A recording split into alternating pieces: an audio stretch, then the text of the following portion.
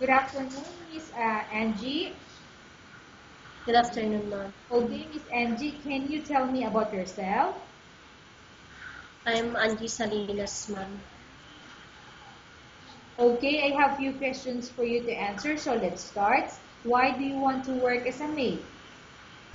I want to work as a maid because I want to earn money.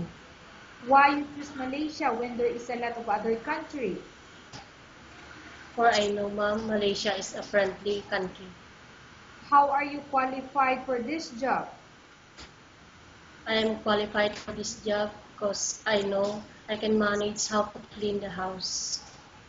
May I know what is your education level is? I'm college graduate, ma'am. What is your recent experience? Enumerator, ma'am. Okay. Have you worked abroad before? Not yet, ma'am. Do you have experience of taking care of baby? Yes, ma'am. And whose baby you are taking care of, if you have the experience? My kids, ma'am. Okay, what about elder people? Do you have experience taking care of an elder? No, ma'am. But are you willing to take care? Yes, ma'am. Do you have any other special skills? Yes, ma'am. May I know the special skills that, may I know your special skills do you have? Cooking, ma'am, ironing and washing clothes. Okay, Taking care of babies also. okay. Are you willing to learn new skills? Yes, ma'am. Are you willing to work with a family where the mother-in-law or any relatives stay together? Yes, ma'am. Currently, are you still working now? No, ma'am. Do you know how to cook? Yes, ma'am. What sort of food can you cook? Filipino food for now, ma'am. Okay, so what are those Filipino dishes that you can cook? Fried, ma'am. Adobo. Okay. Are you aware that you will have to do washing, cleaning, ironing, and cooking? Yes, ma'am. From all the house chores, which do you like most? Cleaning, ma'am. Okay. If ever you were selected to work in Malaysia, who will take care of your kids? My husband and my parents, ma'am. Okay. You are not allowed to use handphone during working hours. Yes, ma'am. You are only allowed to use handphone after you finish all the works and then going to bed. Yes, ma'am. You are strictly needed to surrender the handphone to your employer in the morning, and your employer will return back to you once you're going to bed. Yes, ma'am. If ever your employer finds out that you're abusing or using your handphone and it's affected your work performance, your employer will confiscate your handphone and you're not allowed to hold it anymore. Instead, your employer will allow you to call your family 3 times in a month. You're only allowed to bring normal phone and you're not allowed to bring smartphone. Are you agreed for the terms and conditions? Yes, ma'am, I agree. Are you agreed to the rules and regulation for the handphone? Yes, ma'am. How many years is the contract as you agreed and understand? 2 years, ma'am. Can you describe for me your ethics or your attitude? Ma'am, I'm hardworking, disciplined, and honest, ma'am. How can you assure to us that you will work hard in Malaysia? Ma'am, I try my best, ma'am, to do work hard there, ma'am.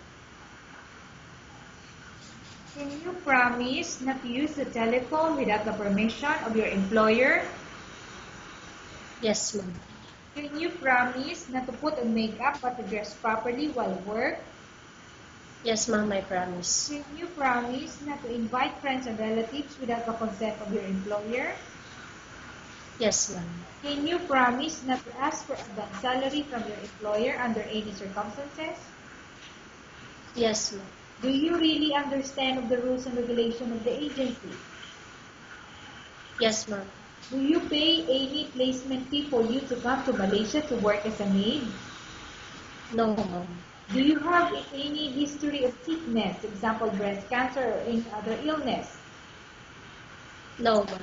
Do you suffer from any skin diseases, allergy, or physical defects? No, ma'am. Have you suffered from any serious illness? No, ma'am. Have you undergone any operation? No, ma'am. Are you medically fit? Yes, ma'am. Are you in any medication? No, ma'am. Are you allergic with any food? No, ma'am. Are you prepared to work according to, are you prepared to work for the employer of any race? Yes, ma'am. Are you prepared to eat the type of food taken by your employer? Yes, ma'am. Are you afraid of being left alone in the house? No, ma'am. Are you afraid of dogs or other pets? No, ma'am. Can you promise to work according to instruction from your employer? Yes, ma'am. Do you have any immediate family working in Malaysia?